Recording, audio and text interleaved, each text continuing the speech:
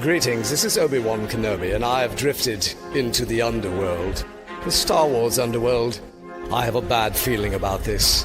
Here we go. We must go to the lower levels. The underworld. You've taken your first step into a larger world. You're after something. Ben. Since I've started the underworld, I've met so many great friends. Chris. I grew up in the 1990s, and mall packaging is nostalgic for me.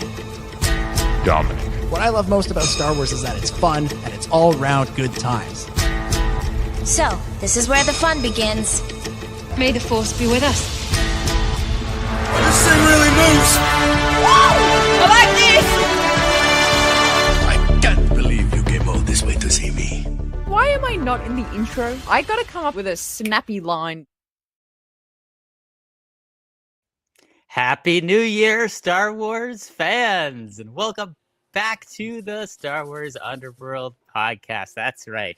After a pretty long hiatus over the holidays, we are back with your latest breaking Star Wars news, reviews, and discussion. And we're going to be talking about all the Star Wars stories we're most excited for in this new year of 2026. We're going to be covering Mando and Grogu, Starfighter, much more, and answering your burning Ask the SWU questions. My name is Chris. Joining me on the show, it's my good friend, Mr. Dominic Jones. Hello, Chris. Hello, Ben. Hello, everybody. Yes, Happy New Year. Happy 2026. It did feel like a long break. That was a longer break than it feels like we've taken in a while. And my theory is not only was it 2 weeks off, but it was 2 weeks off where like nothing happened in Star Wars. And we're not used to having 2 weeks off at the end of the year quite like that. You know, we had 5 years of movies. Last year there was Skeleton Crew. Usually it feels like there's something going on. And this year it's just like, nah, everybody chill. Everybody take a little bit of time. We're going to have lots of fun things to look forward to in the new year. So everybody just relax and we'll ease back into it. And it very much feels like we're easing back into things, but that's good. I'm looking forward to looking ahead. It's going to be a great show. That's right. Also joining us, it's Ben Hart, the Star Wars guy. How's it going, everybody? Happy New Year. Good to be back. Glad to be in the year 2026. And we got a lot to look forward to, but none of it's happened yet. It's kind of a dead zone. I don't know what if we had done a podcast on Christmas Day and New Year's Day, which is when it would fall. I don't know what we would have talked about. I'm sure we would have come up with something. But look, it was long enough. I'm like, wait, we still do a podcast? What is happening? Like it felt, because it's also like, you know, especially when you do like me, like you leave town for the holidays sometimes. It sounds like especially long time. It feels like it's been like 2 months since I've done this, so it's very weird. Yeah, Ben, I think, though, the question that's on everybody's mind, all of our listeners' mind, especially everybody who listened to that last episode that we did in December and listened to what I think is really one of the best segments of the show that we've ever done, which was you and I reminisced about Star Wars Card Trader and then re-downloaded the app and changed our passwords all in the middle of the show. I think what's on everybody's mind is after everything we went through at the end of last year's show, have you opened Star Wars Card Trader at all since then? To be quite honest, I think I opened it maybe once, and I was like, I should get back into this again. Like, I should get back into this. For the rest of it, it's just been like me waking up every day and also checking my phone every few hours to just relentless notifications from Star Wars Card Trader. Like, they are trying so hard. They're like, we got you back. Now's the time to shine. And they are like bombarding me. I guess I turn notifications on because they are hitting me up. And every time I see them, like, I should probably just delete that app because I'm clearly not going to use it. If I'm being honest, I'm not going to use it. Yeah, same. I didn't put notifications on, so every now and again I'll be like looking for a different app on my phone. I'll be scrolling through and I'll look and I'll be reminded that I have it and I'll go, oh right, yeah, that's there. And I think I also opened it once and then it was too confusing for me. It's not the app I remember. It was too confusing. This is why I don't play video games. Every now and again I think, oh, I should get into video games. I could be ready for Fate of the Old Republic. And then I remember that Star Wars Card Trader is now too hard for me. And I'm like, that's not going to happen. Just got to leave those things in the past. Listen, because sometimes I have to look at ads on apps while I'm doing things I want to be doing. Sometimes the ad is actually a video game that you can play. And then just this one time, I was like, oh, this game's actually really fun. Maybe I should download it. And I download it, and the game is nothing like the ad demo. And then I start seeing all of these other ads on like shorts feeds, like Reels and such, where it's like, we made the game from the ad, so you can actually play it now. Check our version out. And I'm like, I'm so confused. So now you have to watch an ad for a game that is like the version of the game that you play on the ad. That's not the actual game. Like, what is going on? I'm so confused. Oh, I love that one of those games, their commercial seems to be an AI generated human with an accent that I can't quite place it because I don't think it exists anywhere on Earth going, this game is real, no fake ads. And I'm like, that's definitely a lie. That is definitely false advertising. I do not trust you. Definitely. Oh my goodness. Star Wars card trader. No, we're not, after the last 20 minutes of 2025 on this podcast, I don't think we ever need to talk about Star Wars card trader. Forget that ever again. Oh, wait, we did too. Until those last 20 minutes of the show. And then we ruined our own podcast. And I welcome everybody back and thank you for giving us another chance. All right, we'll get into some actual Star Wars talk in a minute. Before we do that, Chris, plug away. All right, so let's talk about all the people that are watching us that aren't subscribed to our YouTube channel. I can see you through the screen. I know who you are. You know who you are. Yes. All you have to do is hit subscribe, and that fixes that. Press the subscribe button. And then you can super chat as well. You can technically super chat without being subscribed. So if you don't want to subscribe, this is your option. You either subscribe or you super chat. It's one or the other. So you can super chat with us live. We can do a whole discussion about whatever prompt you want to send us in the super chat. And then for all the people that don't watch us live, the best way to support us is by becoming a channel member, which you can do. And if you're just listening to the show, you can also subscribe on Apple Podcasts or YouTube Music or Spotify or whatever you're listening to us on, and leave a review. That would be awesome, especially if you're not from North America. We love reviews from around the world to see where people are tuning in from. So that would be really, really cool.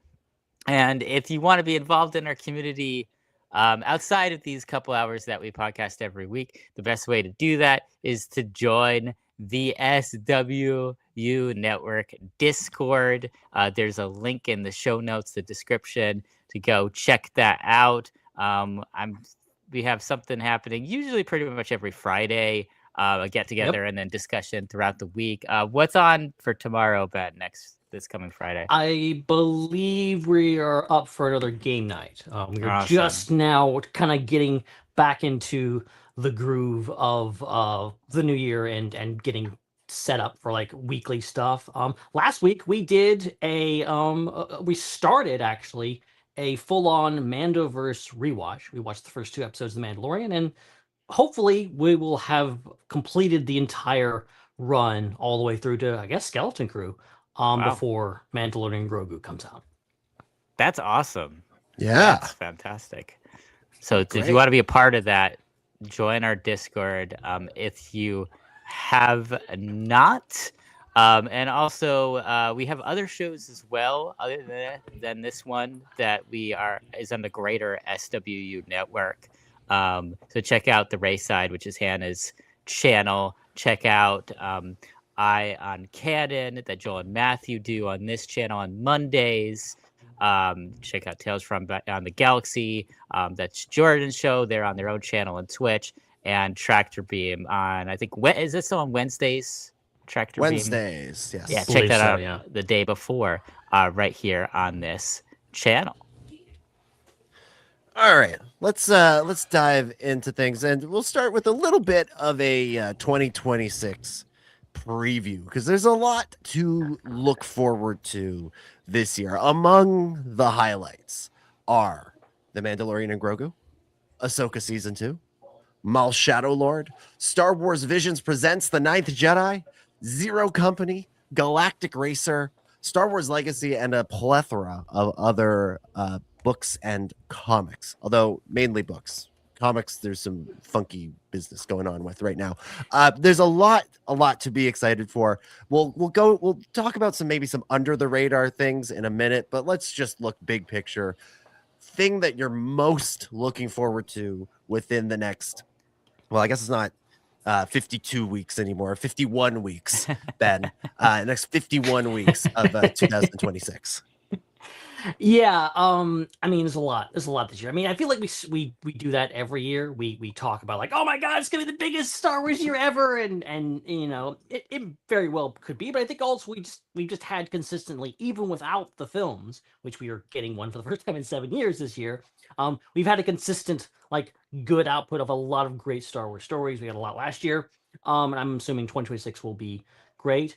You know, Mandalorian Grogu obviously is the favorite, I think, seeing a Star Wars movie in the theaters. But I'm actually going to pivot. I'm going to pivot to my, I guess, my second favorite. It may not actually be my second favorite because I think this show is near to my heart. Ahsoka Season 2, I think, is really, every time I think I'm like, we don't know anything about that. But that trailer, which I wasn't supposed to watch, but I did because I wasn't there, that concept art trailer got me hyped just on its own.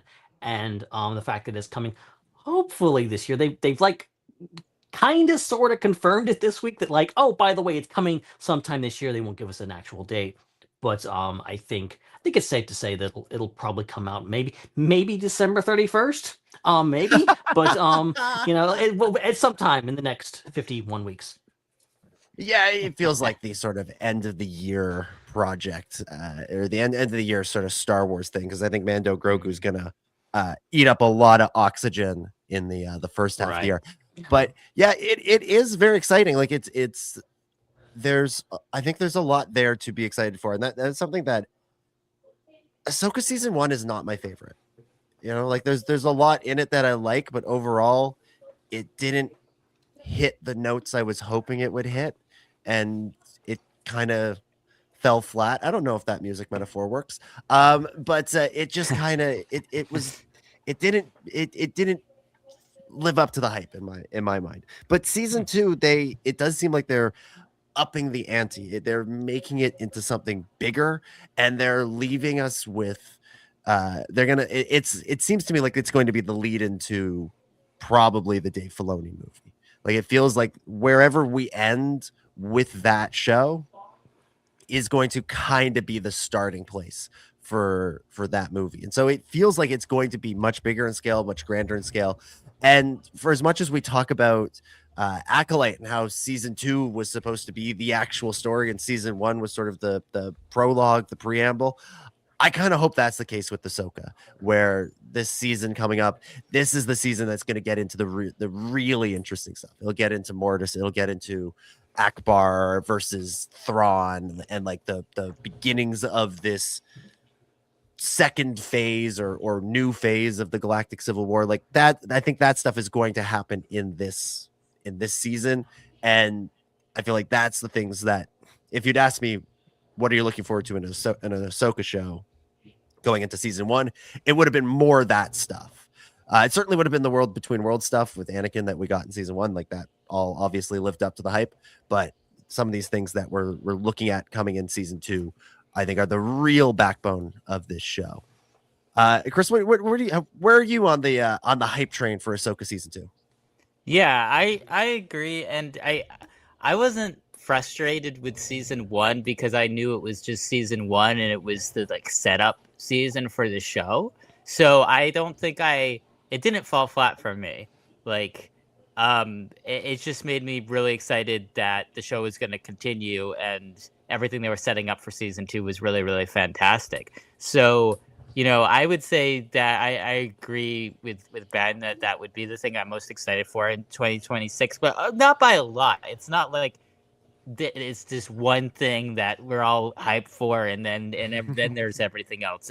I have a lot of excitement for Shadow Lord, and anything animated by that team is really has been incredible. So I'm excited for more of that.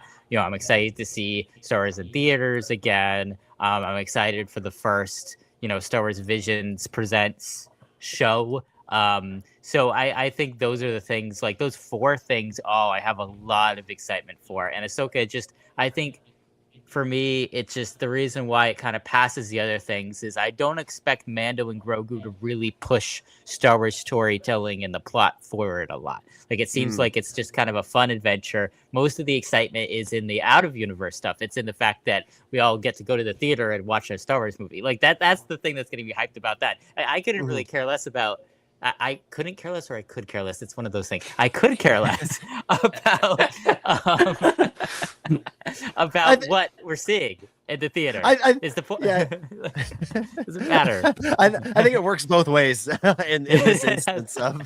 It's one of those things. I could care less about it. What's the proper way to say this? Couldn't care less. I couldn't care less. Okay. Grammar. So yeah. So it's like, I couldn't care less about what we're seeing in the theaters, as long as it's a Star Wars thing. There's some hype for that. So, and again, Maul, don't know what we're gonna get. Don't want to hype it up too much. If they had a trailer now and Kira was in the trailer, then I would change my tune. But until then, and then again, Ninth Jedi, we don't really know what we're gonna get. So as a result, I think Ahsoka's Season 2 is the thing we know the most about. We have the most anticipation for that, and so that's really what right now I'm expecting the highlight of 2026 to be. But that's just speculation. We'll find out this time next year what ended up being the standout Star Wars project. Yeah. You're right. I think Ahsoka Season 2 has the potential to shake the universe up in the biggest way. Yeah.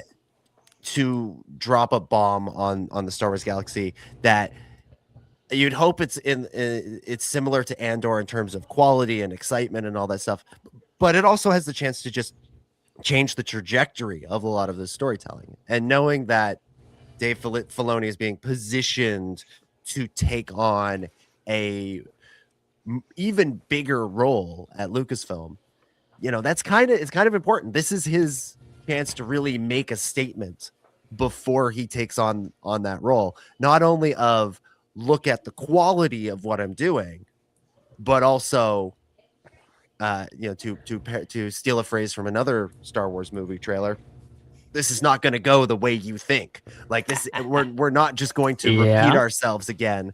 I'm going to do something that he starts to do in Season 1 with making Sabine a Jedi, but that changes the foundation of the Star Wars universe, so that creates ripples for all future projects, whether that's James Mangold's movie, whether that's Simon Kinberg's trilogy, is the New Jedi Order movie, like whatever else is coming up down the line. I think this what happens in Ahsoka could, not will, but could have direct and indirect repercussions for it, and that's why it's hard to look past that as potentially being the most impactful story of the year. Again, I mean, that's looking at it now. We'll see how we feel in a little bit. Do we think that the way that Ahsoka is received is going to really impact people's readiness for Dave Filoni to be the head or co-head of Lucasfilm? Like, will it make because I feel like what you were talking about earlier about, Dominic, you were saying that you were that Season 1 fell a little flat for you. I feel like people are referencing that as a reason why they're concerned that Dave Filoni is potentially going to be co-head or head of Lucasfilm very, very soon. And I'm wondering if this is actually really important that this show hits, or otherwise there might be a lot of people maybe not tuning into Star Wars stuff once Dave is fully in charge. Ben? What do you think? Yeah, I mean, obviously, I think on one hand, I read way too many comments. I am online. I see everything that everybody says. I read too much, and like it feels like everyone in this new in the Lucasfilm Civil War, everyone has chosen a side, and they've decided whether they hate Dave Filoni or like Dave, I love Dave Filoni, and it's no different than I've always been like you can dislike Filoni all you want. Like I know he's legitimate. There's legitimate things you can throw at him that I see where you're coming from. I also feel like a lot of the hate's forced, and that's neither here nor there. I do feel like if Ahsoka season 2 is like a absolute slam dunk, hit it out of the park, like Andor level, like everyone agrees this is amazing, which I hope it is. I think that will prove confidence. Whereas if it's not great, if everyone's just like, yeah, season 1 was better, I think that will kind of lead things. And then there's always going to be naysayers that are just like, that like, obviously Filoni produces a certain type of Star Wars. And it's different from Andor. It's different from The Acolyte. It's different from so many other things. It's one flavor of Star Wars. And I think the people that are not a fan of that are probably just not going to be happy, unfortunately. That sucks. But I've always said that, like, I think Filoni is level-headed about this stuff. That he is one that champions all types of Star Wars storytelling. He champions all these different things. I think people are like kind of jumping to conclusions and being like, oh, it's all going to be like Ahsoka. It's all going to be like Mandalorian. I'm just like, I don't see that. Like maybe, but I don't get that impression from Filoni that he's going to be the one to like to put the kibosh on the next Andor. Like I don't get that. I've heard the most bizarre comments after this new kind of set of rumors saying he's gonna take over. Yeah, like real quick, bizarre. Let's just, for anybody that's unaware, the latest round of rumors is that the Kathleen Kennedy's successor will be Dave Filoni and Lin-Wyn Brennan. So Lin-Wyn Brennan's one of the VPs at Lucasfilm, Filoni chief creative officer. Basically, Kathleen Kennedy will leave. The two of them will co-run the company. Think sort of what James Gunn and Peter Safran are doing over at WB for DC. James Gunn handles the creative side of things. He directs some movies. He oversees scripts, all that stuff. Peter Safran is there doing the business side of things. Filoni will be Gunn. Brennan will be Safran. Continue. Yes. Sorry for jumping that story. I just that's all good. It's all good. Let's roll with that. I think this is fascinating because this actually might be the biggest story of 2026 if this is made official at some point this year. Yes. Okay. So to stay on that specifically, and then broaden out to what this means in general for with all the people involved in that rumor. I've heard things like it would be a shame that Dave Filoni was in charge because he had a limited amount of input into the Acolyte and therefore his legacy is tainted. I've heard people say, "Oh wow," that everything good about The Mandalorian is because of Jon Favreau, and everything bad is because of Dave Filoni, and it should be Jon Favreau taking over instead. Like this is things that just don't make sense, at all. I've heard similar things about Ahsoka season 1, and like what he did to Sabine Wren is the reason why he's going to ruin every single other character. I guess it's the weirdest. It's just the echo. It's the echoes of like everything. I mean, they like Dave Filoni and Kathleen Kennedy in these fandom wars have often been pitted against each other, and or just any of these creators that have always given credit to someone like Kathleen Kennedy. They'll be like, well, everything I like in The Mandalorian or whatever is because of Dave Filoni or Jon Favreau and or Tony Gilroy in the context of Andor. But if I don't like something, it's because of Kathleen Kennedy, and they basically blame whoever you want on that, and it's hilarious the knots people twist themselves up to make this makes sense because they have people that they don't like, people they do like, and they have the Star Wars they like and don't like, and it all has to make sense in their head, so they just make up these fandom things. It's insane. It also doesn't help that I think certain segments of fandom latched onto Dave Filoni as their savior, when if you actually look at what Dave did and what Dave has done over the years, it doesn't fit their worldview, but they've tried to make it fit where you don't like Kathleen Kennedy, so you want Dave Filoni to be in charge. And so people who actually, if they actually look at what Dave does, wouldn't like it. And if you took Kathleen Kennedy out of the picture, wouldn't like it. And when he was doing it with George, didn't like it. Those people were trying to sort of push him as a way to put down Kathleen Kennedy. And so people who rightfully have a negative response to somebody sort of to that sort of faction of people might say, well, do we really want to give those people a quote unquote win and put Dave Filoni in there? Yeah. The ultimate thing though is who is best for the job. And despite my frustrations with season 1 of Ahsoka, the guy who spent a decade learning from George Lucas how to make Star Wars stories, that's who I want in charge. Like that, I wanted George's handpicked successor in Kathleen Kennedy. Now I want his apprentice. I want his Padawan to take to become the master here, because I think that does mean something. That means something to me. And you know what I'm seeing. Oh, sorry, Ben. Go ahead. I was to say, you know what I'm seeing coming out of the woodwork for the first time in a really long time.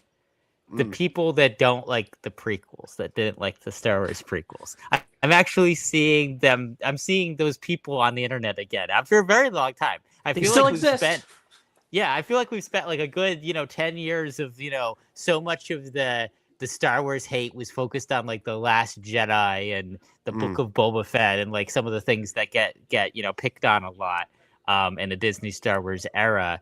That it's like we kind of for a while thought that that the people that didn't like the prequels, they're gone, like they went somewhere and they're gone and they're not on the internet anymore or to change their mind or something. But it's like I'm seeing those people come back as well now, and honestly, I feel like a lot of the anti-Filoni people, the people that aren't excited about this potential switch up in Lucasfilm with him co-leading it and succeeding Kennedy, I feel like these are the people that think that Star Wars should consist of the original trilogy and the 1990s expanded universe. Like that's the type of people that I'm hearing a lot of the negative feedback about this rumor from. And I'm kind of asking the question of, like, in the year 2026, if you're a Star Wars purist who thinks that there's only 2 or 3 good Star Wars movies, and then the rest of the good stuff is in a few book series from the 1990s and early 2000s, like, do you actually like Star Wars?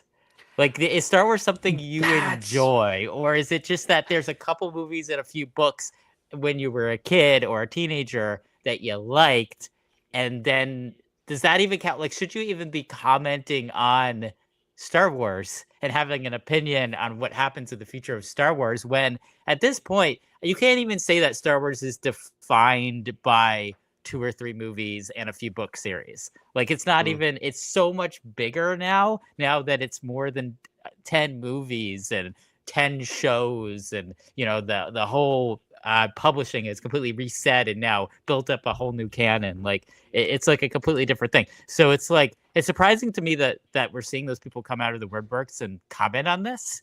But at the same time, I'm thinking, like, there's a lack of self-awareness there of, like, should you still be commenting on it when, you haven't liked anything that Star Wars has done on screen since 1980 or 1983, and anything in general that has happened since, like, 2002. Like, I don't know. I'm assuming there's someone out there that's like, oh, I liked this Star Wars in '77, but it really went off the rails with that holiday special, and nothing's been the same since. Nothing's been the same. That exists. But like, yeah, but like, yeah, that's the thing you have to question. People is just like, it hasn't been the same since 1983. Like, what? The holiday special? Are you including that in that everything is perfect before 1983? Because I'm not sure. Are you including Ewoks in there too? Then droids? Like, where's all this fit in? But like, it blows my mind. It blows my mind, like, to see those comments. Again, I read too many comments, partly because it's my job, kind of, but also just I'm sick like that. And just like, I think recently I saw a comment that said like, oh yeah, Star Wars died in 1983. I'm like, dude, what are you doing? What are you doing? You're on a Star Wars page in the year 2025, 2026, and you're complaining? Like, there's so many other franchises, by the way, you could go and comment on their pages. Leave us alone. Yeah, include Splinter of the Mind's Eye. It's been 50 years. And like, it's been 50 years, and they're only counting 6 or 7 of them. What? Not to defend those people, but if there was ever a time to come out of the woodwork, it would be right before a leadership change. Because if you feel strongly that Star Wars should go back to how it was in the good old days, then that would be that's the time to come out. But yeah, this brings up the next question. Yeah, and that is, a lot of these people, other than the one person who said it should be Favreau, sure. Other than that one person, what do they want to happen? They obviously don't want George Lucas to come back because they are not a fan of 2/3 of his work, and they're not a fan of Kathleen Kennedy. They're not a fan of Bob Iger or Bob Chapek or anybody Disney. They're not a fan of Filoni. What do these people expect? What do they want? Like, the only thing that's valid, Tim and Zahn I have heard Troy this, Denning to come back and run the show. Yeah, or there to be nothing. And this goes back to kind of like, way back before Disney took over Star Wars, there was this whole debate over should episodes 7, 8, and 9 even be made? Should the sequels even be made? And there were a lot of Star Wars fans who had problems with the prequels and problems with the Clone Wars and this and that, who thought that just in no way could another Star Wars movie even be made. It shouldn't even happen. Like, anytime you make a movie and you call it Star Wars, it's sacrilege by default automatically. And like it blows my mind. And I feel like that's still the pervasive concept. Like, I still feel like that amongst the people that are really anti-Kennedy, anti-Filoni, just anti-everything, like, their solution is, we'll just put it to rest. Like, it's great that we're getting, a Star Wars 1977 in theaters. That's the only thing that's good. Everything else, no more new stuff. And that just kind of like blows my mind. It's like I don't think you should be wasting time, commenting on the internet instead of doing something else with your life. If your thought is that something that millions of people like and would participate in and go see just shouldn't be made at all on principle, like that's wild to me. That's a thing, right? And I feel like that's definitely a minority. That's a fairly small group of folks that are out there. I feel like we've given those people more airtime than they've gotten anywhere else in 20 years. They're gonna come back out of the hole, and I want to put them back in the hole. I'm like, all right, you said your piece. Now I'm gonna say you need to disappear back to the internet hole that you were in before. Yeah. Joel in the chat says, some people want Tony Gilroy in charge, or if not Tony Gilroy, somebody more like Tony Gilroy, somebody who's a little bit more of an outsider, not, like the thing that Dave has going for him is that he's the ultimate insider, right? Like, he learned from George for almost a decade on Clone Wars. So he has that very direct link to Star Wars's origins, essentially, having spent all that time learning from the creator. What Tony Gilroy brought to the table with Andor is somebody who doesn't have that deep tie, be it emotional or literal or career, to the franchise. And he just sort of looked at it and went, oh, how do I tell an interesting story in this universe? And ultimately we got the best story out of that, I think. So I don't think Tony Gilroy himself is interested. I don't think he wants the job. But I think there's definitely a faction of folks that would like to see somebody like that take the reins. And I don't think they're wrong necessarily. I think, maybe after Dave, maybe that's where you want to go. But I do think while you have this person who learned from the guy, from the maker, you gotta go to him next. That's the thing with. Go ahead. Sorry. I was going to say, all you have to do is you have to have someone in charge who lets people like Tony Gilroy make things. You don't need someone like Tony Gilroy in charge. You need someone who will let people like him come in and do things like that. And I don't see any reason why Dave Filoni wouldn't do that. Because there is this argument online all the time that kind of, I guess if you had to simplify everything, there is kind of these two groups of people that are like, one that's like, you need to load the lore. People, the powers to be at Lucasfilm and Disney, they need to respect the lore. They need to know everything about Star Wars. They need to come in at it and respect what came before and whatever else. Then there's kind of another school of thought where people are like, well, I like what Tony Gilroy didn't know everything. He just kind of came aboard and was just like, I know this thing. I'm going to do this. I'm going to do this really, really well. And I'll work within the parameters of the universe, but I'm going to do something new. And they like the idea. And I think there is this pushback of like cameos and references and stuff like this that people, that this is his opinion that I necessarily have, but people generally are kind of like, it feels like Star Wars is eating its own tail. It feels like there's too many references. There's too many things that are like, it's trying to be too self-referential sometimes. That's something that is a kind of almost at times self-parody of some of Filoni's stuff, that he loves to reference things. And I love when he references things too. But you also have to, as Tony Gilroy famously said, like, you have to take from the toy box and also put new toys in and add to what's there as opposed to just playing with what's in there. And I think, as you guys are saying, I like Filoni because I think he is the type of guy that would hire a Tony Gilroy or whatever else and let them come in and do their own thing versus like saying like, you got to make this reference, this reference, and this reference. I don't see that coming from Filoni. I see someone, he is all inclusive. He stood up for the prequels and was really a cheerleader for those movies when really everyone in the fandom was kind of against them.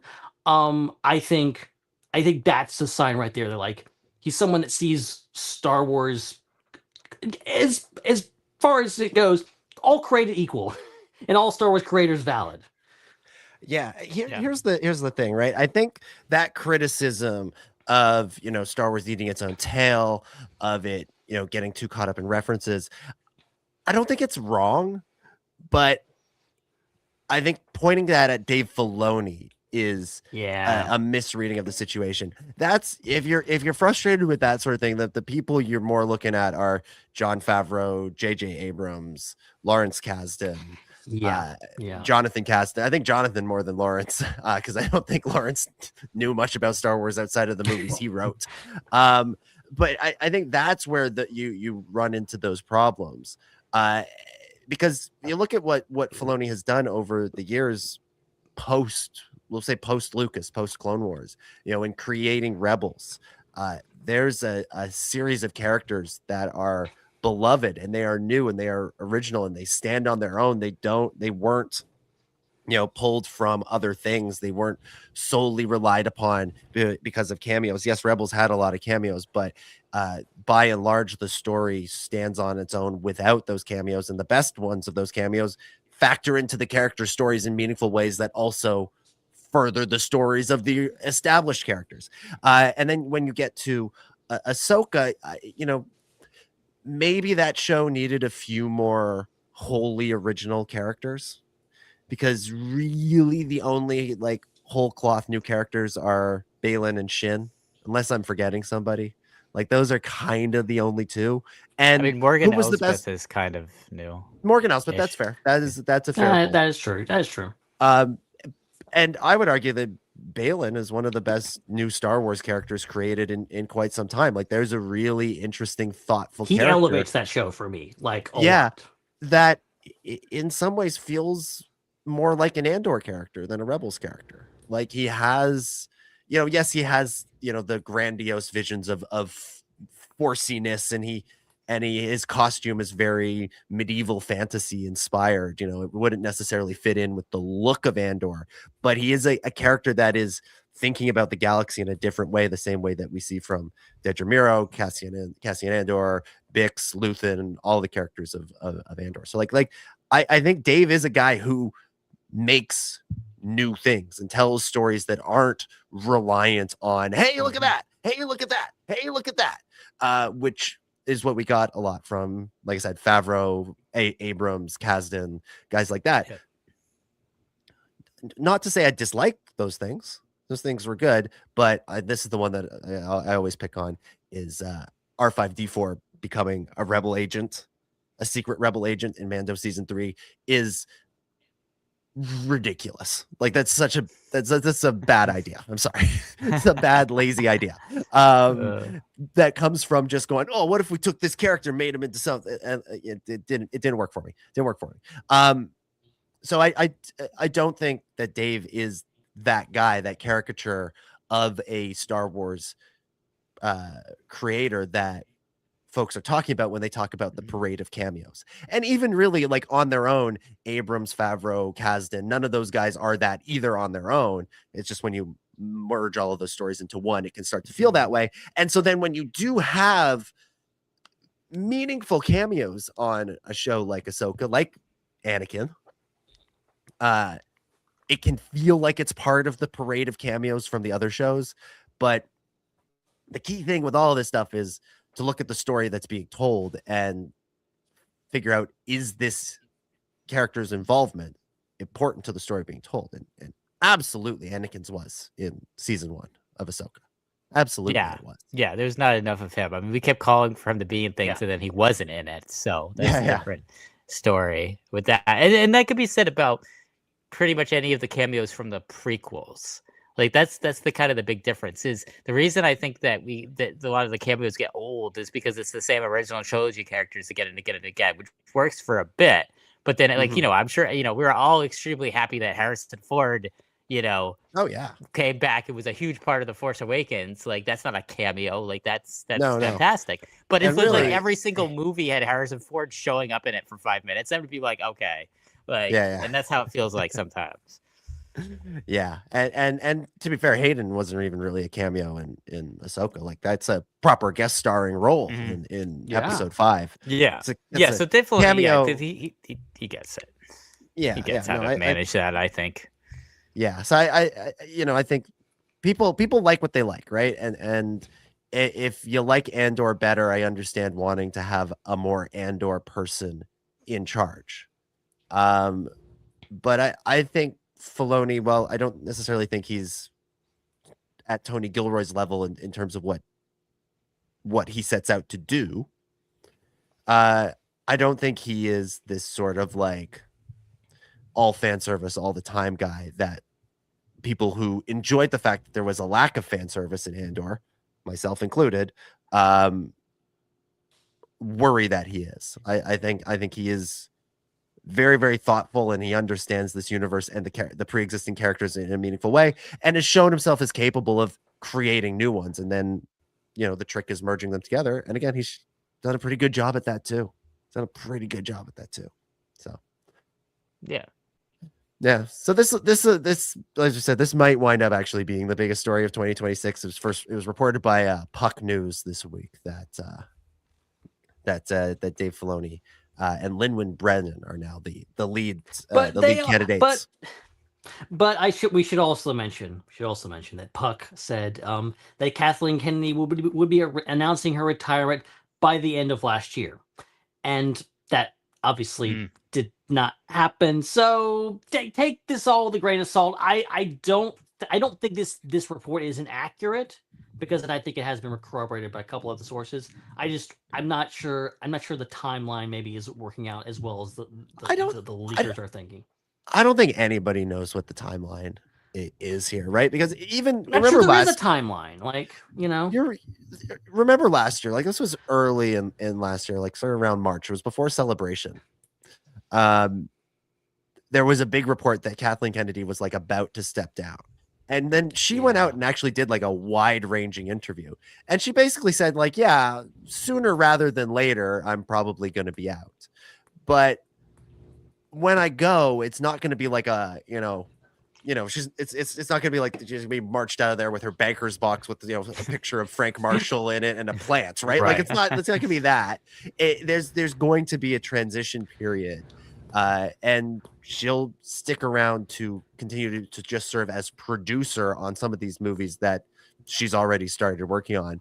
Starfighter being at least one of them. Probably the new Jedi Order movie too, if that gets off the ground sometime in the next year or so. Will she retire? No, I think we won't find out about that for quite some time. Like I feel like there's going to be essentially an extended transition period.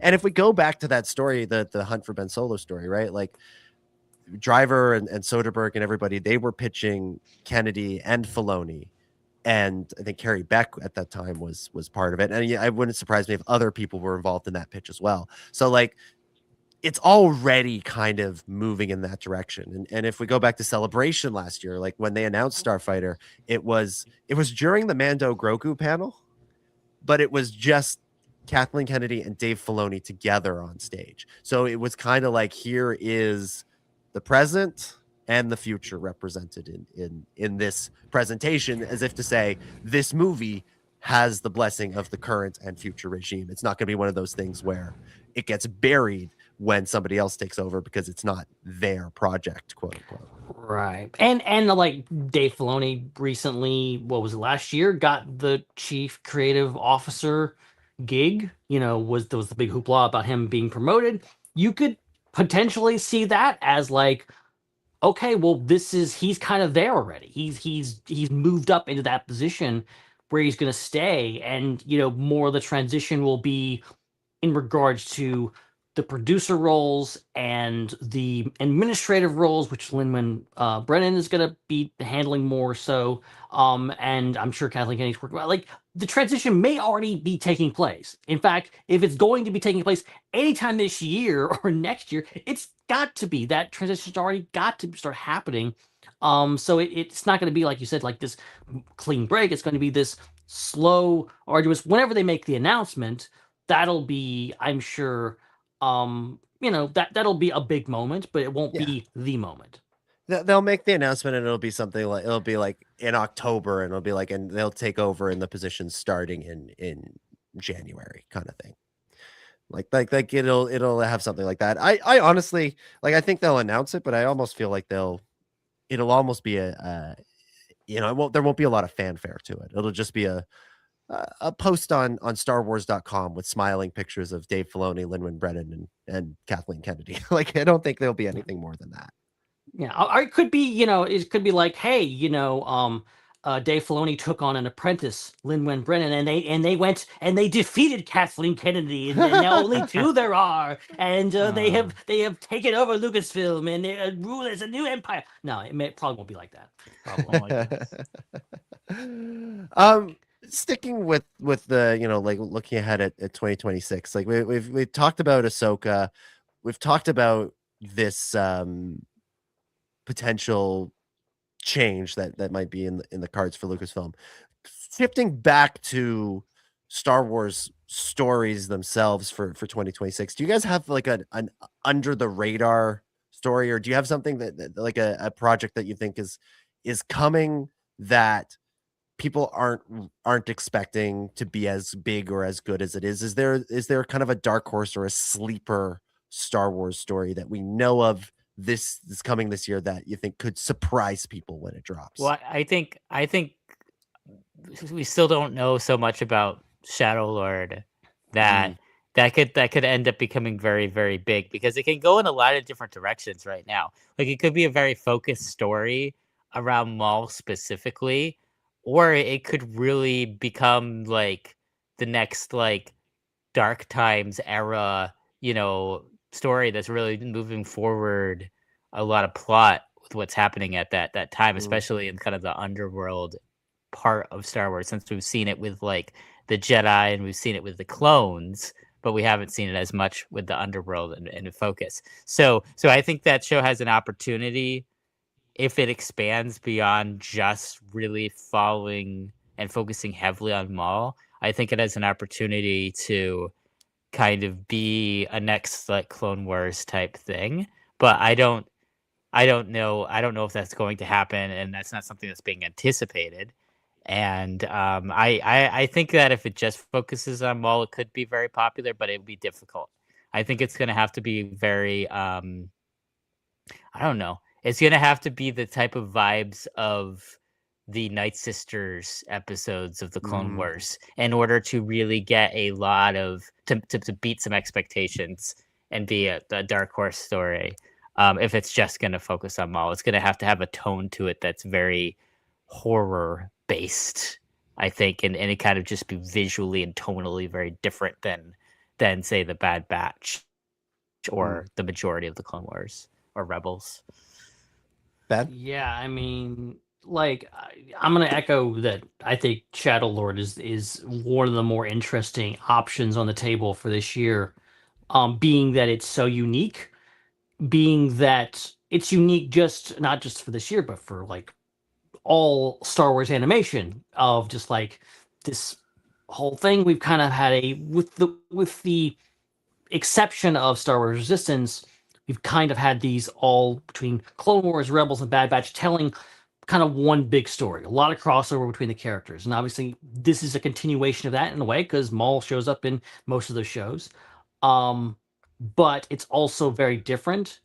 And I think having a show focus on a villain, I think, is interesting. Something that I think, in my opinion, they've kind of copped out on in the past, of like, like, oh, here's the Force Unleashed. You're playing as Darth Vader's secret apprentice. Oh, by the way, he turns good and starts the rebellion, and then here's another video game example. Here's Inferno Squadron, Iden Versio, these cool characters that they're all about being badass Imperials, and oh wait, they turn to the Rebels, and things, and like those are, in my opinion, very good stories, but they're also like they don't commit to the bit in regards to actually telling a villain focused story. I'm very curious to see how Maul handles this, because, and I think based on, I don't want to give away any spoilers, because also there was some images that popped up recently. Yeah, they were AI upscaled stills of the original trailer that showed at Celebration. They were not new images, okay, guys.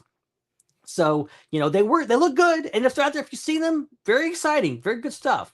Some stuff that I think tells the story of like, this is going to be bigger than Maul. I think there's going to be more going on with the story than just Maul. I think that might be their way in to be like, make someone sympathetic, because ultimately you have to care about a character. And I think we do care about Maul, but he's an asshole. Okay. He's not, he doesn't come out of that. Okay. He goes and he tries to kill Luke Skywalker, and that's the end of, like, that's his story. Like, he's like, as Sam Webber puts it very eloquently, like he's Sisyphus pushing this boulder. He never gets over that. Like, he's always that character. So how do you kind of build things around him? And if it's, Crimson Dawn or whatever else, like, there's a lot of other bad characters around him. So like, how do you figure that, and how they're going to tell that story? And like, is there going to be a hero in the story that's fighting Maul? I don't think so. I think maybe maybe we'll find more about Maul, and maybe he will be sympathetic in some way, more so than he is already. Yeah, I do think this show will be closer to what you're hoping for, Chris, than not. Just in the sense that, and I don't know how well this translated in the leaked versions of the trailer.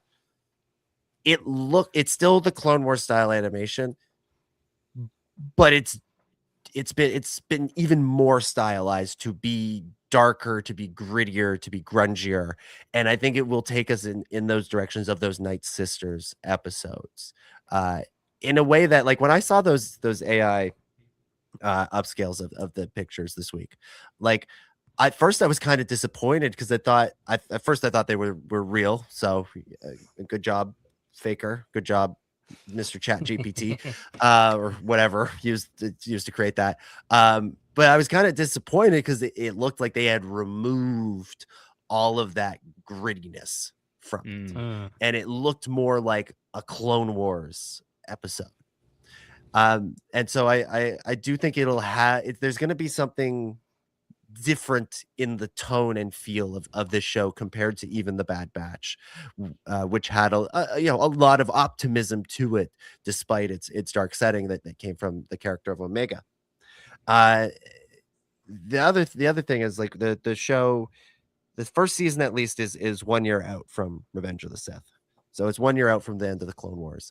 It's another like it feels like the Lucasfilm Animation has looked at the end of the Clone Wars and gone, okay, what were the key storylines that we were following from that weren't Anakin Skywalker? How do we keep those going? So clones, all right, we'll keep that going with the Bad Batch, Underworld, and Maul. Keep that going with this show, and so I'm excited to see how that progresses.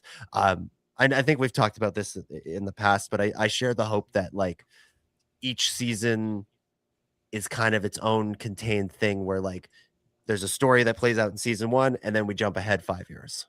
Then there's a story that plays out in season 2 and we jump ahead 5 years, and then we can even start to tackle some stuff that's more related to Solo and what the story would have been had it carried on back in 2018 if that movie had done better at the box office. It would be interesting because I don't know if we've fully gotten it. I think Rebels was close to this at points, but this concept of a whole season is kind of one story, and then you have different episodes or movies and different seasons, because that's something that's very common in television and streaming television.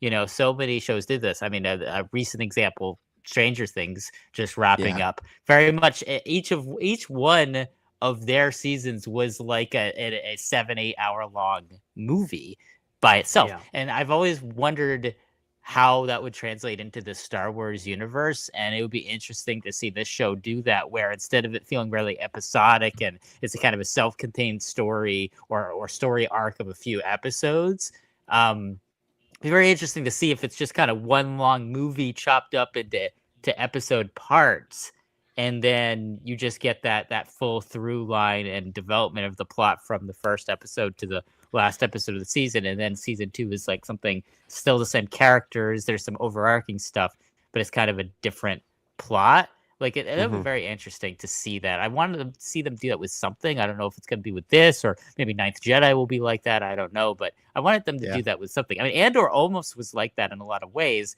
but then they went for the self-containment was in like a couple episodes at a time, 3 episodes at a time type thing instead. I think Andor's probably closest, and then like you said, season maybe 1, the last, and maybe like the last season of Rebels kind of had a bit of that vibe like to it. Yeah. Otherwise, weirdly, because this one is like 8 or 7 or 8 like individual episodes, but they all felt really connected and felt like they built on each other. Mando season 2 kind of almost has that vibe to it. It's not quite it, but it's closer than you might think if you just look at each individual episode description and went, what the? Grogu's eating spider eggs. What? Very odd. What do we think? Do we think where do we expect Maul Shadow Lord? Where do we guess? We won't even say expect. Where do we guess Maul Shadow Lord might drop within the year? I haven't thought about this. I mean, because we haven't had any announcements yet, I'm assuming it's going to be after the Mando and Grogu movie. I feel like they're going to want to really focus on promoting Mando and Grogu. Like, it sounds like there's going to be some promotion for that during the Super Bowl coming up in several weeks. So I think between the Super Bowl and May, I think it's just going to be all Mando and Grogu all the time.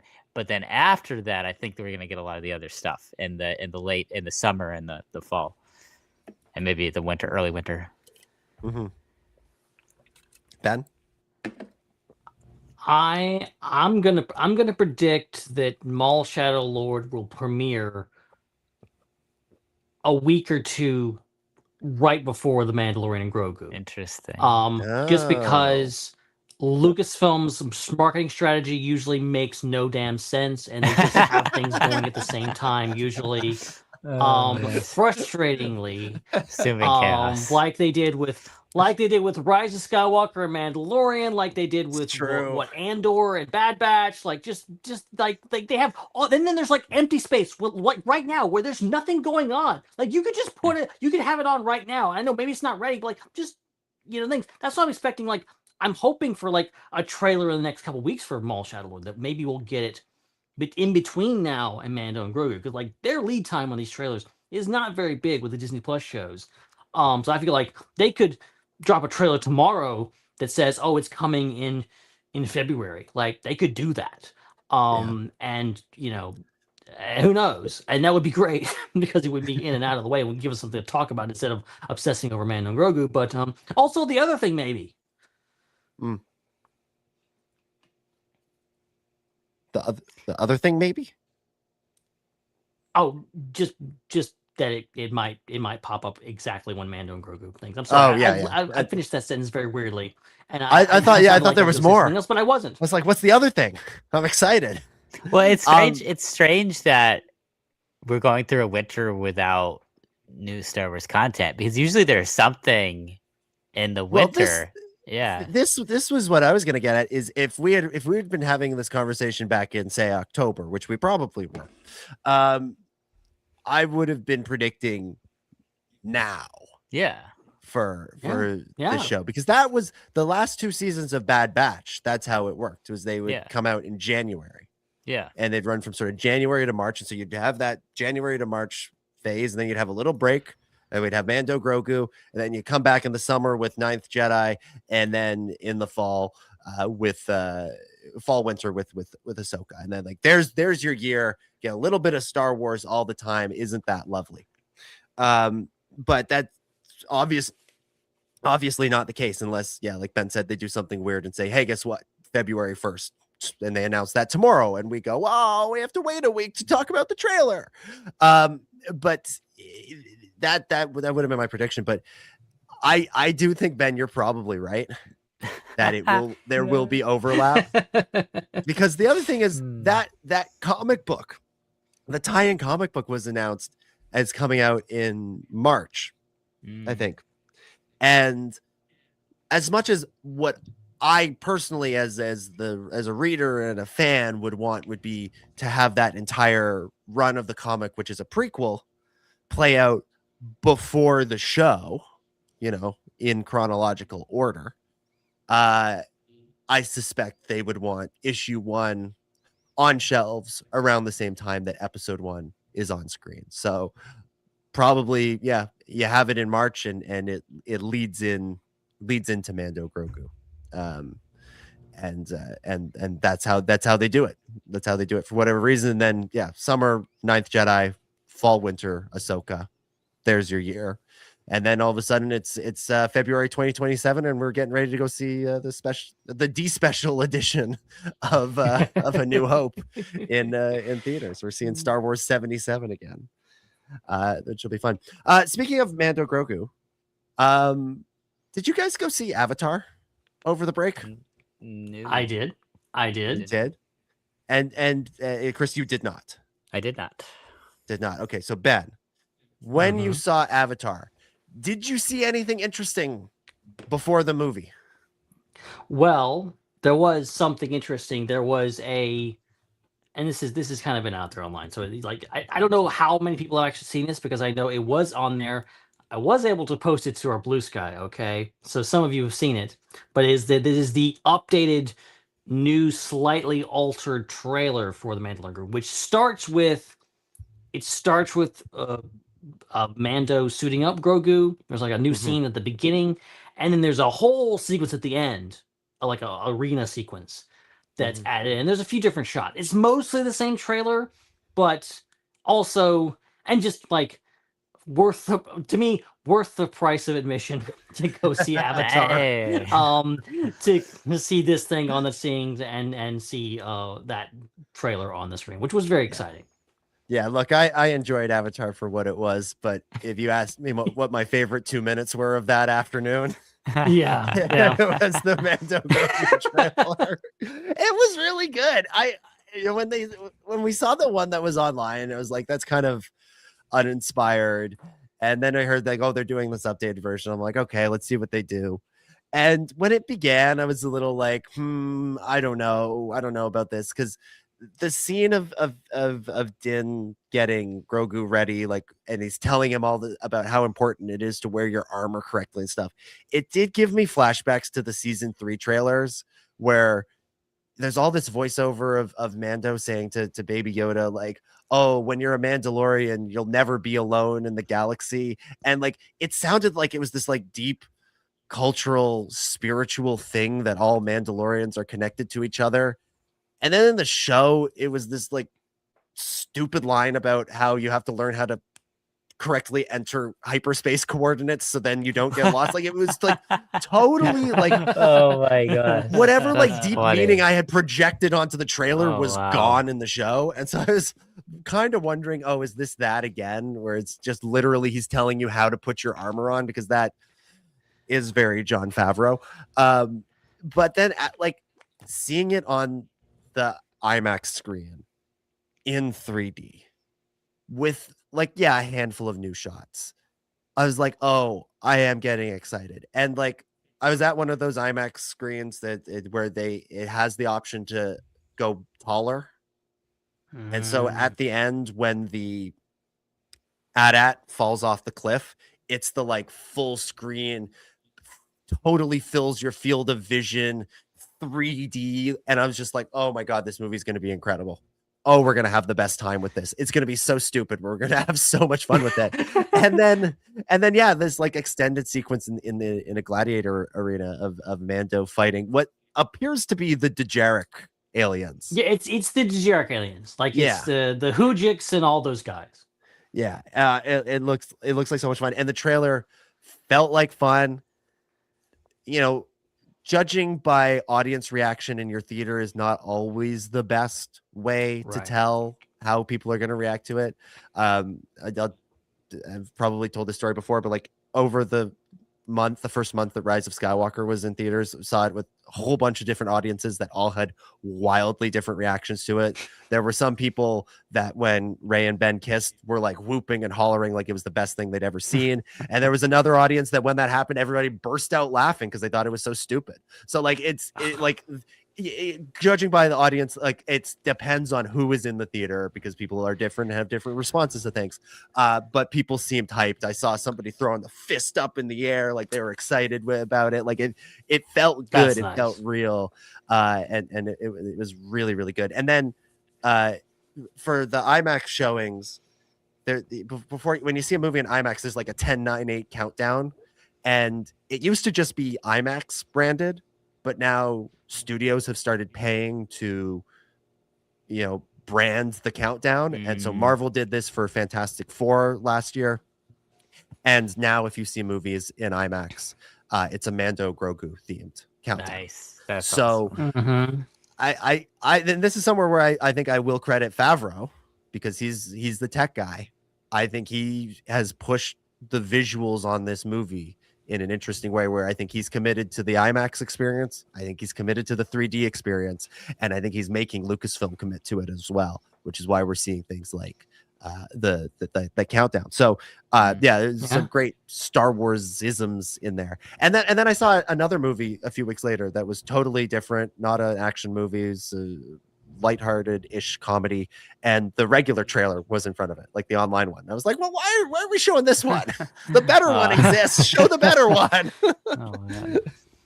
That was still fun to see. It's still fun to see on the big screen. There we go. Mando Grogu. Joel asked an interesting questions a few minutes ago in the chat. Any predictions for a Tales of ... this year? Do we think we're getting another Tales? Forget about that.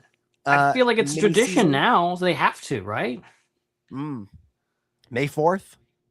May 4th. Is that the idea? I would bet money at this point. I would bet money on it. It's just, what is it going to be? I don't know. Like, they've done Like, look, okay, I'm gonna put it out there. I'm gonna put it out there. But staking my claim, I will either be wrong or be right.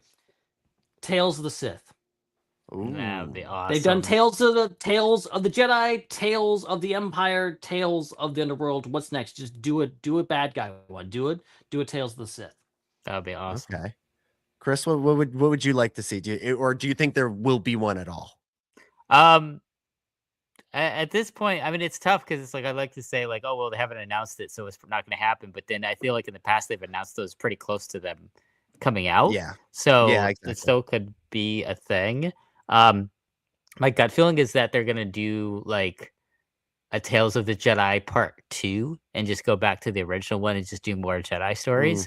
But I would much rather see something they haven't done like Tales of the Sith. That would personally be more interesting to me.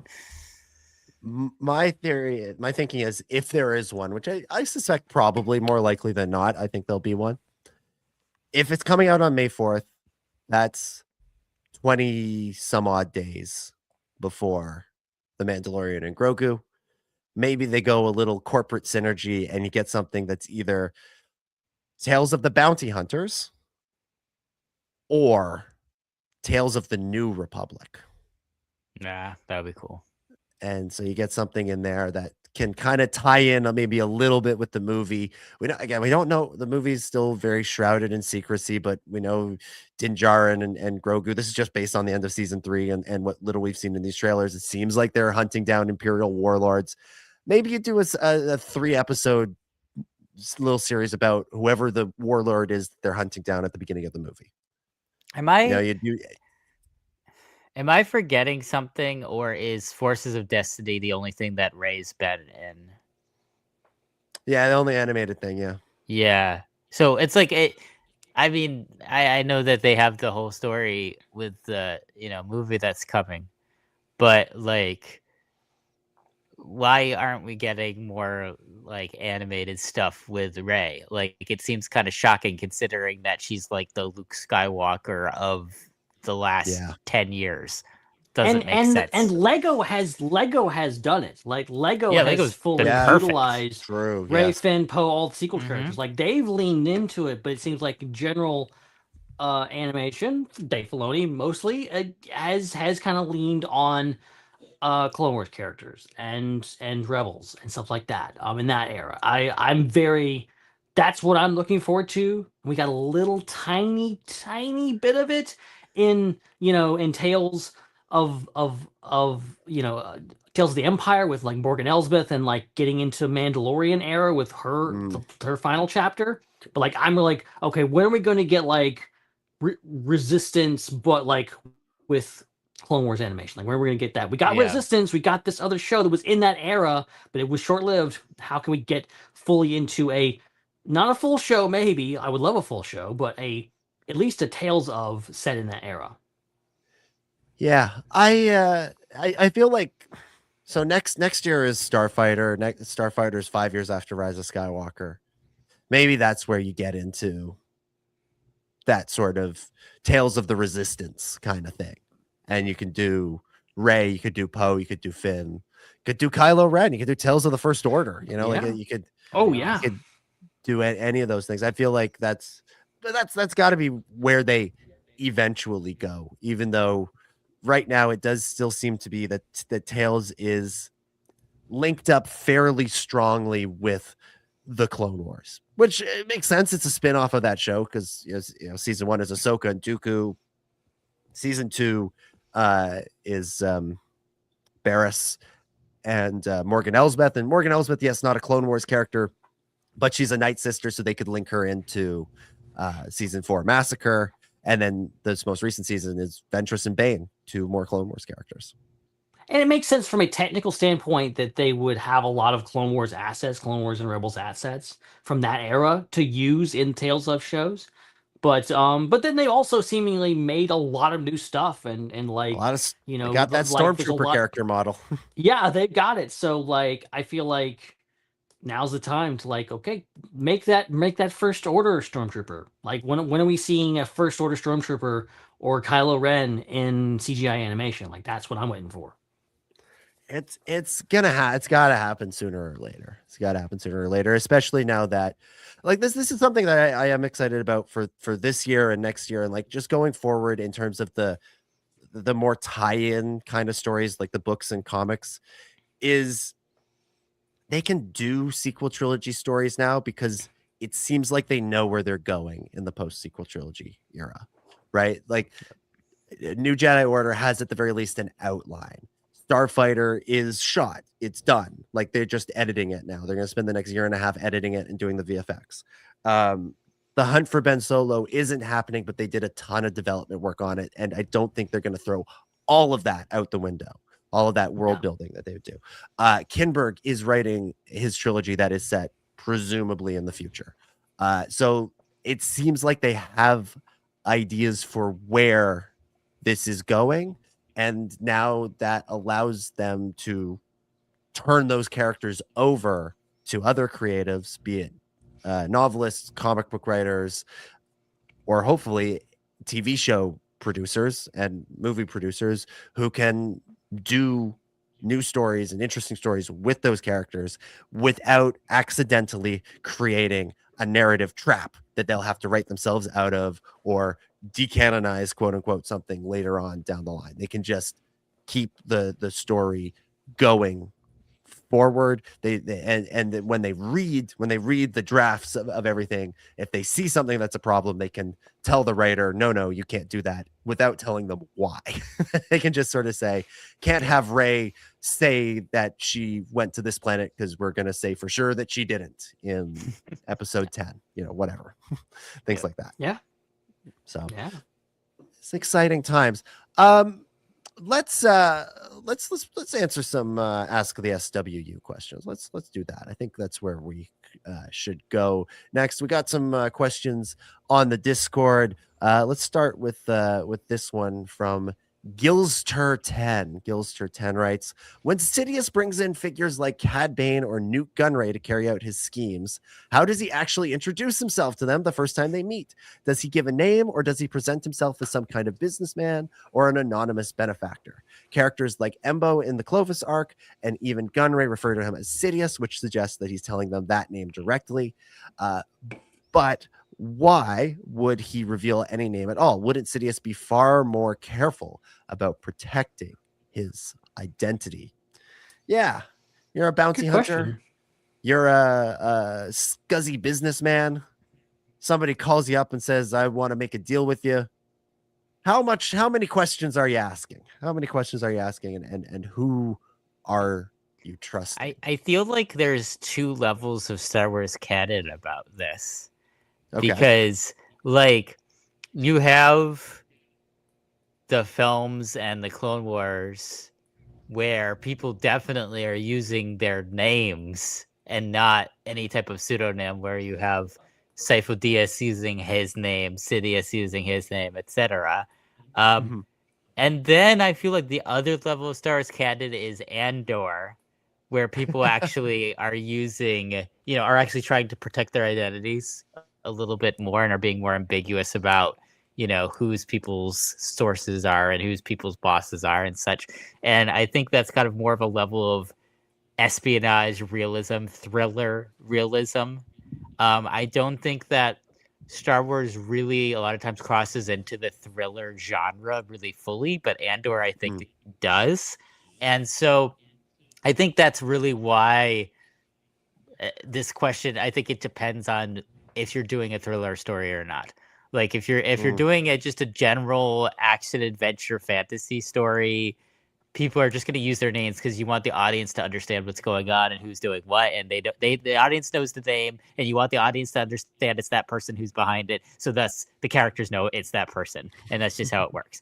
But if you're doing a thriller and you want to be like very realistic about like what the characters know and what the characters don't know and what that information could mean, and that's actually a part of the plot, like in Andor, then you're going to have that other version of, well, the big bad person's probably not going to say their name when they're contracting somebody to do something or telling somebody to do something. So I think it depends on what type of story you're telling, and it could be different. Yeah, and to piggyback off that, like I think it's the difference between like a thriller and like a fantasy thing. Like Star Wars is fantasy, whereas like Andor for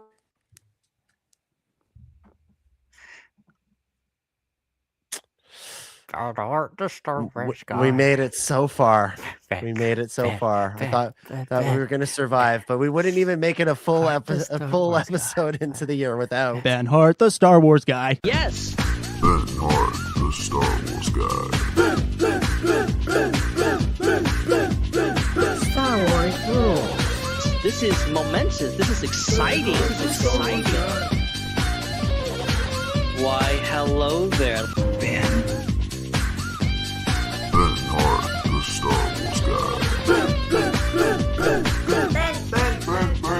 He is the founder of the Star Wars Underworld, Mr. Ben Hart. How's it going, everybody?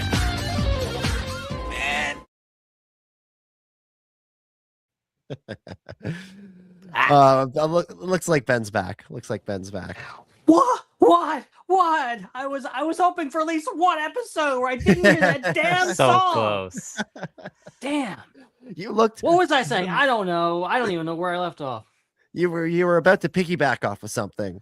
Oh, and then the internet was like, no thrillers and stuff like that. Oh yeah. Basically what I was saying is like it's the difference between like fantasy, which is like fantastical and you're supposed to be, mysterious, and like of course a character, because it's honestly it's simpler, as you're saying, Chris. I'm just like, this character's just going to use this. Of course they're going to introduce themselves as Sidious. And then Andor is more literal and methodical, and the characters are honestly a little smarter. they're actually thinking about it. Like, hey, what, like, if any character in Andor was like, oh, I got contacted by this guy named Sidious, they would be like, that's sus, man. You shouldn't be dealing with that guy. That's really someone like, he's still Darth Sidious, really. But I don't know. I feel like if you got contacted by somebody named Newt Gunray as well, it'd be a little bit like, oh, I don't know. That name is almost Ray Gun. Oh, that. Yeah, exactly. But like to actually answer Gilster's question, I think, because it seems like they don't like the Sith, specifically Sidious and even Dooku, they're not putting themselves out there and like, I'm Darth Sidious. They're not saying that, but they are like on the down low kind of using it to the people that are close to them, because like have like Dooku is known as Dooku, but and the side he's like, oh, I'm Darth Tyrannus. I'm the man called Tyrannus. And it isn't until later in the war where Obi-Wan's like, wait, you're Tyrannus, you're the guy that recruited Jango Fett, like putting the pieces together, because like that was on the down low and he didn't know about that. And that's pretty interesting. Yeah. So this gets into the age-old question of what's the real identity, what's the secret identity, what's the cover story? Is Sheev Palpatine the real identity and Darth Sidious is the cover story, or is Darth Sidious the real identity and Sheev Palpatine is the cover story? Ultimately, it doesn't really matter. The persona that the galaxy would know at the time of the prequels of before episode 1 or during the Clone Wars is Senator or Supreme Chancellor Sheev Palpatine. So obviously he can't contact Newt Gunray or Embo or Cad Bane or any of those guys and say, hey, it's me, Palpatine. It's your old pal Palpatine. He can't do that. So he is kind of doing the Andor thing of, here's my code name, here's my secret identity. Is just saying my name is Sidious. And I think Gilster kind of hit the nail on the head when he said, like, anonymous benefactor. Like, this is somebody who reaches out to presumably reaches out to the Trade Federation, says, hey, you don't really know who I am, but I am a powerful influence peddler. I'm a power broker in the galaxy. I have all of this backing and all of those things you want to accomplish. And in growing your trade federation, whatever you are, and making more and more money, I can help you do that. You just have to follow everything that I do. I am your boss now, but I will make you rich beyond your wildest dreams. Some guy named Sidious just shows up and says that to you, and then proves himself. They don't know that that Darth Sidious is going to one day rule the galaxy. They don't understand that. To them, he is just this anonymous benefactor. Probably the same thing for all those bounty hunters that he hires as well. This is just a guy who's hiring you. And if you're a bounty hunter, you're probably used to being hired by weird people who are just like, yeah, I don't really want you to know who I am. So I think it is kind of it's a secret identity thing, but he's probably using his real identity to talk to the Trade Federation and the bounty hunters, and his secret identity is the one that he's projecting out to the galaxy to earn their trust to become senator, chancellor, and eventually emperor. And to connect to Sandor, like, you know, it's not much different than what Luthen does. Luthen has this dual, like literally living dual lives, this like revolutionary guy who is going around stoking fires in different parts of the galaxy, but then also goes to Coruscant and goes to parties as this swanky dude in, you know, with this fine clothing and with the wig and everything like that, and like making sure that doesn't cross over. Like he's doing the lower version of what Palpatine does. Yeah, exactly. Good question, Gilster. Good question. And we'll do a Joel question as well here. We'll wrap up the show with a question from our pal Joel Davis, who says, "Hello, Underworld. For this week's question, I want us to look to the future, specifically the post Rise of Skywalker era, and ask who or what should be the next quote unquote big bad of the era. Let's face it, for the most part, Star Wars has always had a few major villains running around. For the Skywalker saga, episodes 1 to 9, it was Palpatine all along.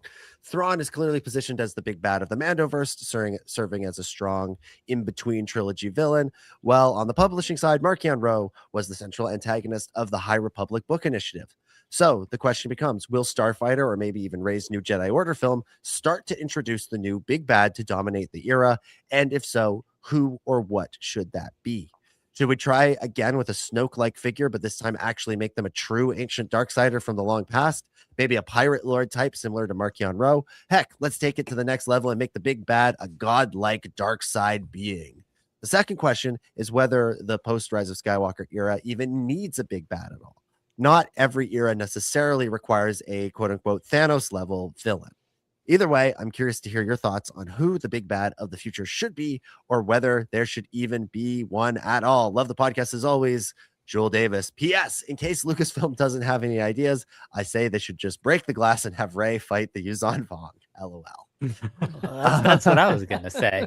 Like, yeah, right? I still the idea of having villains from another galaxy that have some different rules about, you know, how they interact and what their morals are, and what their goals are. I thought that was one of the best ideas out of the expanded universe, and I'm kind of surprised that really they haven't gone to that one yet in the current continuity. So, yeah, I'd love to see like someone from another villains from another galaxy that, you know, really unites the galaxy, get something else instead of, you know, having to continuously fight each other. But at the same time, it's like, if you're gonna fight each other, they should go all the way with that. They should have like a Game of Thrones like power struggle like situation with different factions and people vying for control. Like, I think that would be kind of cool if it's not just one person or one group.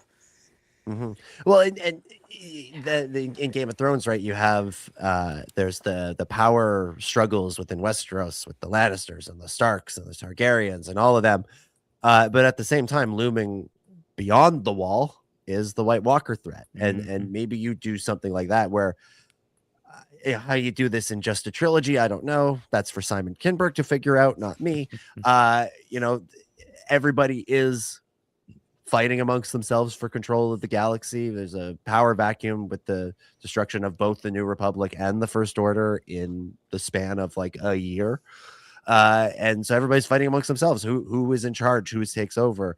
And while that fight is happening beyond the galaxy, making their way towards it, is the Yuzan Vong. And all of a sudden, that's what makes people figure out that to survive, we can't keep fighting each other. We do have to work together. We need to stop seeing each other by our differences and start seeing each other for what we have in common, and stand up to the aliens from another galaxy. The I feel like Pandora's box has been opened with this, where this is going to happen at some point now, because we've gone to Peridia. We've put a toe into a galaxy beyond the standard Star Wars galaxy. So far, it looks a lot like the current Star Wars galaxy. But I'd like to think the further we get away from Peridia, the weirder and more distinct it becomes. And whether it's the Yuuzhan Vong specifically, or something akin to the Vong, a new idea that takes some of those, it takes the same rough concept of the Vong but makes it into its own thing, whatever. Just that sort of rough concept of invaders from another galaxy that feels like eventually that's where we're headed, whether that's this trilogy or the next one. Yeah, I think my whole feeling about it is like, I feel like one of the maybe missteps with like the post Return of the Jedi era going into Force Awakens is just like you have Return of the Jedi is this big win for the things, and it does like it kind of hardens or softens depending on how you look at it. Like the whole idea of like that being the ultimate victory, because like it just keeps going, and then obviously the First Order comes and just makes everything worse. And like, okay, at a certain point, I want the galaxy to like be free of violence for a while. Weirdly, like I know it's Star Wars, but like I want there to be star peace for a little while. I want like everyone that died, every battle that was fought, First Order, Empire, whatever else, that was worth it. And there is a piece of, a time of peace in the galaxy. But stories, and for there to be more stories, there has to be conflict. And I keep thinking about like what happens after Rise of Skywalker, which is something that maybe will get answered in Starfighter. I'm just like, okay, they did the Republic, that didn't really work out. It turned into the Empire. Well, they tried to do a New Republic, and that really didn't work either. I almost think that like the galaxy after Exegol going to be really splintered. Like people are going to be like, I think ultimately once the dust settles, people are going to go back to being like very divided, as you're suggesting here, and like kind of like not wanting to get together. Not like like maybe Ray, Finn, and Poe were like, yeah, let's do the New Republic, and they're like, no, we don't want to do the New Republic anymore. The New Republic sucked. We're going to go off and do our own thing, and we're going to do the new constitutional monarchy. Exactly. But like I think it could be almost in a way an uplifting story in a way, if the galaxy, and you have all these different factions and all this history, the Mandalorians, the Black Sun, the Jedi, all these factions, they've been impressed by the Empire for sure, maybe actually coming together to fight one threat. And maybe you throw the Chiss Ascendancy in there too, and all this kind of stuff. Like you could have a kind of an Avengers level threat, if you will, to be like, hey, you got to put aside your differences and actually fight the Vong or whatever else is coming. I think that could be interesting, and just the fact that Starfighter's 5 years after, I think, and apparently New Jedi Order's 15 years later. What will have happened? How will the galaxy progress at that point? That is an interesting place to put that movie. And I'm just very curious about like what's going on. Is there any type of government at the time of Starfighter? Like I'm very curious. Are they going to touch on that? Because I think that's going to spell the future of just like, what is the state of the galaxy? How vulnerable is it? And who can come in and take that? And like, who the hell is Mia Goth and Matt Smith playing? Like, who are they? Are they wannabe Sith? Are they Force users? Apparently, there's a lightsaber doing this damn movie now, and I want to know what that's all about. So that Tom Cruise was the cinematographer for. Exactly. So, like, what's that about? That Sean Levy interview with the New York Times is so weird. I can't wait for it to make sense in 2 years. It's anyways wild yeah, stuff. Yeah, this is why, like, my pitch for going forward would be, if they came to me and said, we want you to decide for some reason, random person, would be to set the future Star Wars films, like 10, 11, 12, 1,000 years in the future. Yeah. So you can have had some star piece. You come back with a new threat. Maybe it's this Yuzan Vong-esque kind of thing.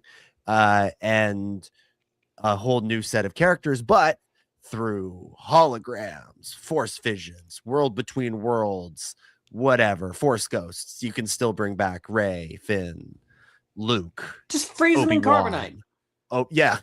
Obi-Wan, Anakin, R2. R2 can still be alive. So can 3PO, like BB-8 and Dio. Kate, just have all droids, all the droids that we love. Jar Jar's around because we don't know the lifespan of Gungans. Like, he can still be around. Yoda lives 900 years. Maz Kanata is 1,000 years old. Why can't Gungans live to be 10,000 years? Well, that's got to be fine, right? Sounds reasonable. There we go. All right, good questions, Joel. Good question. Gilster, if you want to submit questions for future weeks, join the Discord, get in on the conversation there, submit your questions, and we will hopefully have time to get to them in the weeks to come. Also, if you're listening live, you can super chat them to us. Should have mentioned that earlier, but new year, same us. But I think with that, we can begin to wrap things up for this week. All right. Thank you, everybody, so much for watching and listening. You can follow us on social media at the SWU. If it's not literally at the SWU, just search for that in the social media, and you should find something from us on most places. Dominic, thank you so much for hosting. It was my pleasure as always. I apologize if I sounded a little bit off. I've had this like almost cold for like a week now. Where like it's I've always been like just on the verge of getting really sick and being able to justify not going into work, but I've never quite crossed the threshold. But like my throat's just a little bit off, my nose is just a little bit off, and therefore my voice is just a little bit off. But I'm not I don't feel sick, so it's weird. Anyway, so if I sounded weird, that's why. Hopefully it won't sound that way next week, or maybe this is just my future. Maybe this is just what I sound like from here on out. This sounds like getting COVID for like the 13th time, and your body's like, okay, we know how to deal with this. So it's not going to be too bad, but you're still going to feel it a little bit.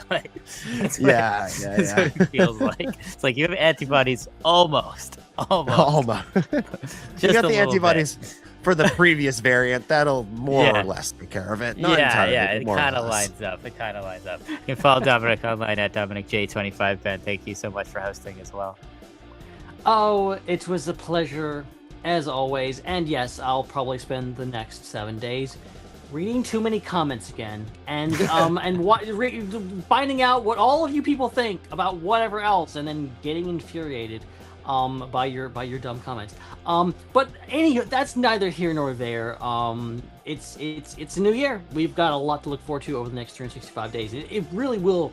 It'll be here for because like I Mando and Grogu has been so far off, and then like New Year came and it's like, oh wow, we're like just a few months away. It's coming quick, and we got a lot to things, and who knows, we've had some low tide here with Star Wars news, but I think it's going to ramp up pretty soon. Definitely. You can follow Ben on social media at Ben Hart with no E. Check out all the other shows we got on the network.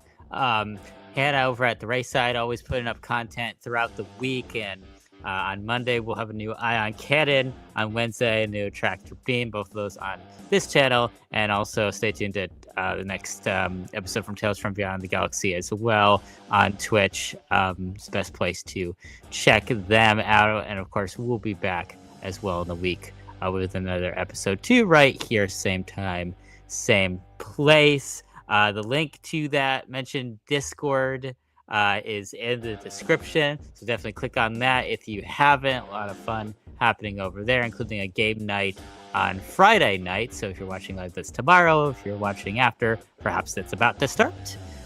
So make sure you check that out. You can support us by becoming a channel member, by leaving us a review, and subscribing if you're listening to the show on a podcast app. And we want to thank everybody who super chats as well live to help support the show. And then finally, as you're leaving, if you're watching on YouTube, make sure that you subscribe to the YouTube channel on the way out. So that's it. We'll be back in 7 days. Until then, for Dom and Ben, my name is Chris, and may the Force be with you.